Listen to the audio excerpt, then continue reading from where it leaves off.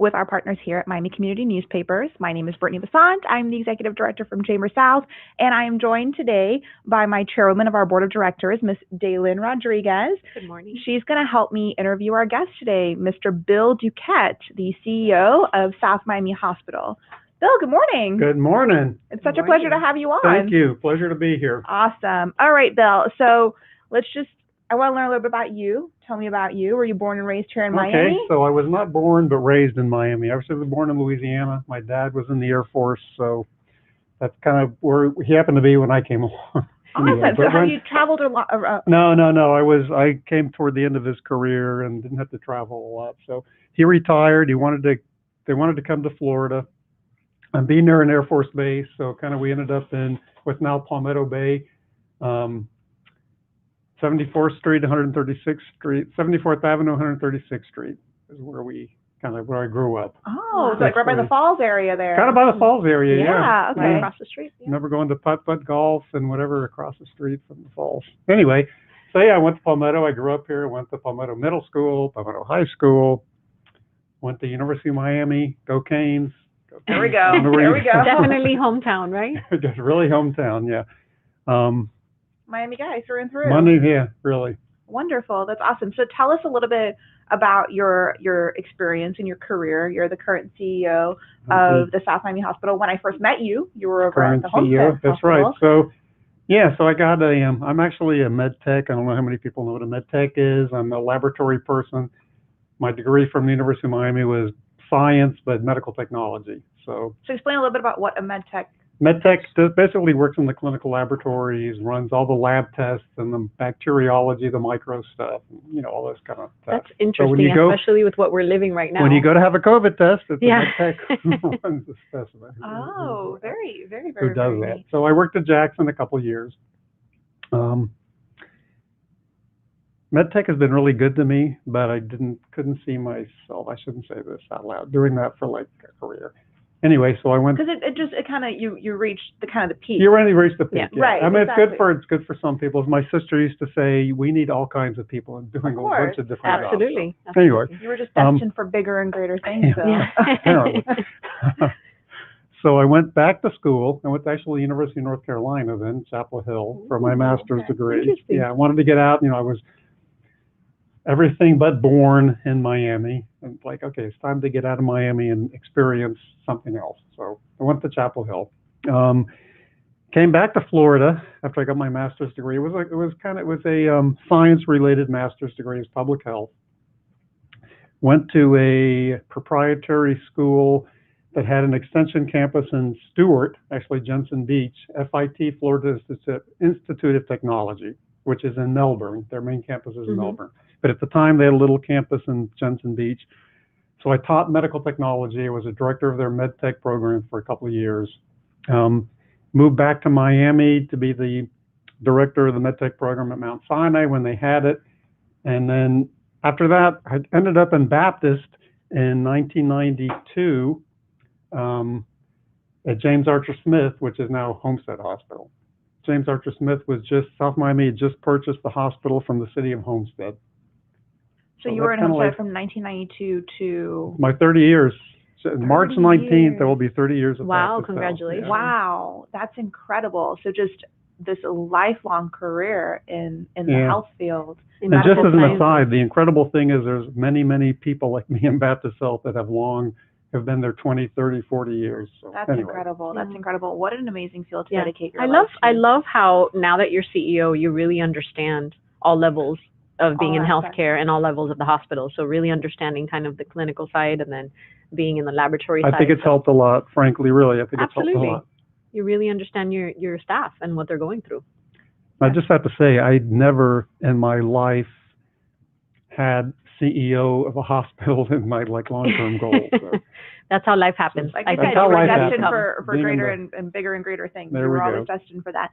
So you've been with Baptist for 30 years. How long have you been at South Miami Hospital? I've been here a year and a half. Year and a half. Okay, wonderful. So yes, you were at Homestead Hospital for quite some time, and now you're at the South Miami Hospital. So not to really change gears a little bit, but when I first met you at Homestead Hospital, you were greatly involved with the South Dade Chamber of Commerce, and I know that you are a true chamber guy. I think, someone who really believes in chambers, Bill Duquette just comes Agreed, to mind. right. Yeah, no, yeah. You were really active with the South Day Chamber of Commerce. You moved up to South Miami Hospital, and you became very involved with Chamber South. So tell me about why you believe in chambers so much. I think chambers serve a very significant role in the lives of all businesses. I mean, obviously, the hospital, South Miami, is like probably the biggest employer in South Miami, and Homestead Hospital is the biggest employer in Homestead. But there's a whole range of businesses. A lot of them are, smaller mom and pop kind of things, and I think the chambers are a significant voice to advocate on their behalf. To help them with marketing, to help them. Well, you guys know, Chamber South does a huge amount of things on behalf of their members. From seems like weekly, at least 3 or 4 times a month, some kind of event happening, whether it's a networking event, whether it's a networking at night event at a cool restaurant like Booyah over at now the Falls, which was a couple of weeks ago, right? Yeah, that was a couple of weeks ago. To listening to the newly elected members of, like the county commissioners or the state representatives of those kinds of, just having access to all of that is huge, I think, for businesses. So I'm a huge fan of chambers and everything you guys are doing on behalf of all of the businesses. And I mean, to me, as a chamber member, and I hope all of us do this, actively, if I need a service, go out and see, okay, who is a chamber member, so I can help them as well. Absolutely. I think in the past 12 months, especially, our community has really realized the importance of shopping local and supporting local businesses and buying local. So that's really, really, really important. No, I agree. Hey, what do you want for dinner tonight? Let me go to a local restaurant. Mm-hmm. Let me see who's on the chamber. Absolutely. And call them and say, hey, I'm going to pick up takeout tonight to help you. It really does help. And that's really what Chamber's all about. It's really making connections and staying connected and helping everyone through this time. And it's important to note that if you have been a member in the past and maybe your membership has lapsed, or if you're thinking about getting involved again, the biggest takeaway, I think, from all of these weekly talks that we have is you're not alone. I mean, there are so many resources. There are Chamber South is really the proponent for South Dade and Greater South Dade area. So, many times when you're in a city like Miami-Dade, it's so huge, and you kind of we have little pockets of different areas. And so for Greater South Dade, if you want that attention and you want those resources, Chamber South is really the best friend that you need. Agreed. And I think it's really, the value to me, the value for the membership goes way beyond the quality and the services you get. It's just like pittance for what you get back. I think the return on investment is huge. Even just connections. I think it's wonderful. Yeah. Sitting on the board with you. We're very happy that you joined our board recently, so thank you for that. And just making those connections and having conversations, and you create these long-term relationships with people that go a long way, and you never know when you're going to need them or when they're going to need you. And it's that, that connection that is really critical during a time when we're virtual or you can't meet as much, and you need to still go out and find business and run your business and make it grow. Agreed. So yeah, shop local, shop chamber. That's right. And please, if you go to which I do, if you go to a place that's a chamber member, I always say, thank you guys for continuing being a member of the chamber. It's huge. It's a huge importance for us. It is important. Absolutely. It is important. Yeah. So tell me a little bit, Bill, how, your past year, I'm sure, has been extremely busy just being in the healthcare field. Give us a little bit of insight now that we're kind of, on the second half of this process. What do you see in the next couple of months for our area, for South Miami and for our area in general? Yeah, so we're probably, I don't know if everybody's been taking notice, but we're like the tail end of the third surge, although this wasn't as bad. This surge seems to, the plateauing is taking a lot longer than the previous one. The one in the summer, we had a huge amount of people who were infected, and then it kind of came down pretty quick to a low level. This one kind of wasn't as high. We didn't have that many patients who were infected, but it's taking longer to get down to a more it's a manageable level, but a lower level. Mm-hmm. There are some statistics out there which portend a pretty good future, continued lower number of COVID patients, and especially since a lot of people are being vaccinated now. That kind of helps a lot. But I think the next couple of months, I think we're going to, in my mind at least, have a probably continued low level of COVID people, patients in the community. It's probably going to end up being like the flu or like any other kind of communicable disease. There's going to be a low level of that. Okay, that's good news. The little sobering piece, though, just a little caveat in there. University, I was mentioning to you guys before, University of Miami, and a lot of people do models of what that might look like in the future, and there's been predictions of a smaller little surge at the end of March, maybe related to spring break, or who knows what it's related to. To me, the bottom line is even though people are vaccinated, and I don't know how you people feel about this, but you should be wearing a mask in public, wash your hands, do all that kind of commonsensical stuff. And there was something that I saw that even if you're vaccinated, you could still potentially be a carrier. So I mean, being vaccinated is not, I mean, it's a step in the right direction, but it doesn't mean that you should let your guard down. We should still continue to follow all of the protocols. You should continue following all the protocols. Still wear the mask, right. Still do everything correctly. People who've been vaccinated have been, not a huge number of people, but have been infected. They don't get as sick, which is a good thing about being vaccinated. And there are studies that have shown that vaccinated people tend to not be transmitters of the virus. They don't transmit the virus to other people. Okay. Now, I did read something really interesting the other day from Dr. Fauci in the Centers for Disease Control, that if you're in a group of people that have all been vaccinated, maybe you can be a little more easy about letting your guard down, so to speak. But yeah, you should, though, in public, you just still wear masks and wash your hands and social distance and all that kind of stuff. As long as the rules remain in effect by the experts, we should follow them. Absolutely. So as long as we're being told to wear masks, we should wear them and still follow all of our CDC protocols and all of the guidelines. And the more that we do that now, the sooner we can get back to and remain safe. And I think for small businesses and even large businesses, I mean, most everyone still can kind of call the shots within their spaces. And for the most part, I believe everyone will continue to push the protocols, make sure that everyone wears their mask, social distances. I mean, the hardest hit have obviously been the restaurants, unfortunately, but they're slowly coming back.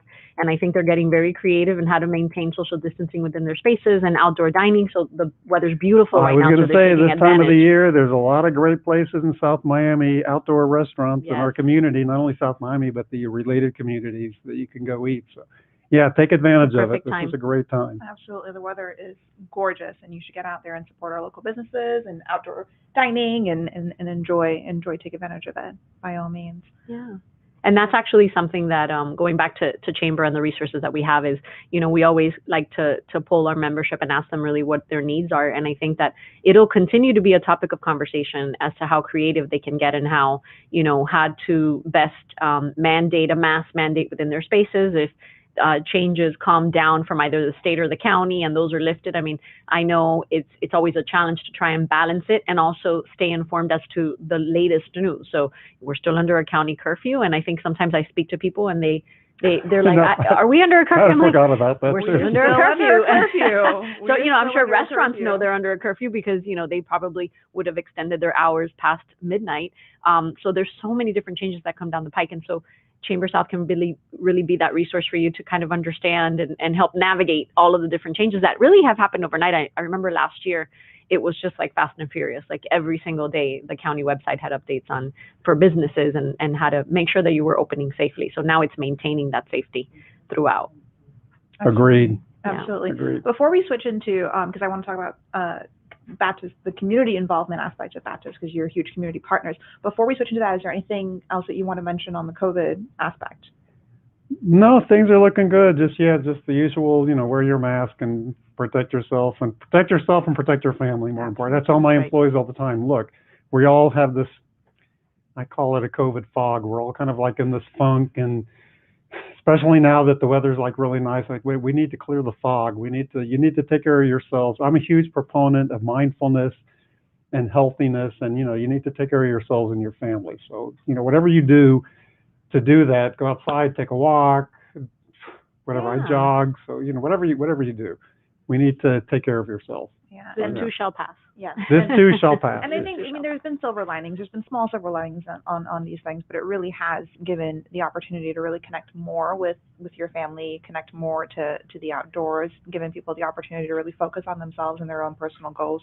So keep doing that, but please stay safe and healthy through it all. Can I mention another thing? My upbringing. Where I grew up, there was this really problematic family a couple of houses down. That now we learned that it was the Millers, the community newspaper people. That family. Oh, that's right. Yeah, when we were kids, a little plane crashed in back of Stanley LaRue's house, the LaRue's house. Yeah. Yeah. Wow. I was at their house when that happened. Like, what? Oh my goodness. Yeah. What? Anyway. Wow. Okay. Anyway, back to We have a little visitor. A remote. We're not going to talk about this plane that crashed. We're going to talk about Baptist's involvement in the community. Okay. Very good. Tell me about some of your community development initiatives with South Miami Hospital or Baptist as a whole. I know that you guys are very, very involved in the community. We try to be good corporate citizens. Absolutely. We try to, Corporate social support, responsibility. social responsibility, all that kind of stuff. I think one of the things that I don't want to say proud, but I'm happy that we're doing is working with a lot of our partners in South Miami with wellness initiatives. Like we have a garden. I don't know if you guys know this. We have a garden across the street from the hospital. We have a little plot.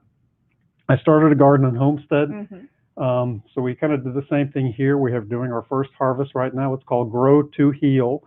And we've already reached out to a bunch of different people in South Miami in the community. How can we partner and facilitate wellness kind of activities for that? How can we utilize the underline, for example, which is a huge, I love that asset in the county. Absolutely. Just to do all things healthy. So about this Grow to Heal garden. So it's planted and maintained by Baptist. How can the community get involved if they wanted to with this garden? We have some plans. As soon as we can do more. Yeah. To your point, if we can do more. Opening up, we have a lot of plans to invite the community in. Perfect. That's amazing. Any other community initiatives that you guys have going on? I know when there's events or there's things happening, Baptist is always present. I know that you've done a lot of wellness activities, all virtual, because that's what we're limited to right now. So, and for all that information, we can just go to your website. Just go to the website. That's right, BaptistHealth.net. A lot of information there. Awesome. Wonderful. That's so great. Okay, so I want to just to kind of wrap things up. Can I do my elevator speech for? That's what I was going to ask you. Yeah. Everybody always jumps ahead on me. Sorry. I'm like, I want to wrap things up, and they're like, no, I want to do my elevator pitch, and I'm like, okay, it's perfect. Well, let me just mention a few things about South Miami. Let's do it. And I don't know when you guys think South Miami Hospital, and I've been asking our marketing department, hey, can you ask our community, what do you think of South Miami? And people, what I'm hearing is, oh, South Miami is where you go to have your children. We have a great obstetrics department. They do a great job. And no, we're more than that. We're your quintessential, my elevator speech is, we're your quintessential boutique community hospital. We do the meat and potatoes, but we also have a lot of high level services. We have neurosurgery. Mm-hmm. We do a lot of cardiac, interventional cardiology. We just on the show, this show yesterday, we had a couple of our cardiologists who are new to our area talking.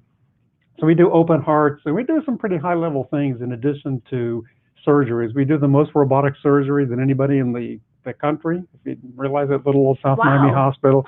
More robotic surgeries than any other hospital in the country. That is amazing. Impressive. Wow. We have a great bariatric program. We have Joint Commission, and we have a Joint Commission accredits hospitals on behalf of the federal government. We have certification for preterm labor. We're the only one hospital of 4 in the country that have that certification. We have the certification for NICU patients, babies, as only one of 4 in the country that have that certification to meet those guidelines. We're a primary stroke center. And we also have a certification for COPD, congestive obstructive pulmonary disease. So we have a lot of things happening at the hospital. Wow, it's amazing. I love that you say boutique because you really feel that in the hospital. It's smaller, it's not as overwhelming, very and then family, you're able to get all the services. We have a great staff, a great medical staff. They really go out of their way to make sure that okay, we do miss occasionally, but as much as possible, we meet the Yeah. needs of our patients. Of course. That's I like incredible. That's quite the list Very of, much of community. services, and it's good for our viewers watching to know that it's it's more than just where you go to have your baby. That we have all of these other A lot of other things going a on. lot of other things that are happening. Well, that was your That was my elevator elevator pitch. Okay, speech. so that was the essence of South Miami Hospital and what it is that we do. So I think we're going to wrap it up at this point. Bill, thank you once again. No, thank you guys. for To join the us, Bill. chamber and support chamber members. My Absolutely. goodness. I love it. You can't pay for that kind of advertisement. You really just can't. Thank you, Bill. Join the chamber. Support your local businesses. That's what we're all about. And tune in every week to our Miami Community Newspapers Chamber South Spotlight. That's a mouthful. Miami Community Newspapers Chamber South Spotlight. Tune in every week. We'll be hosting these, and we look forward to seeing you soon.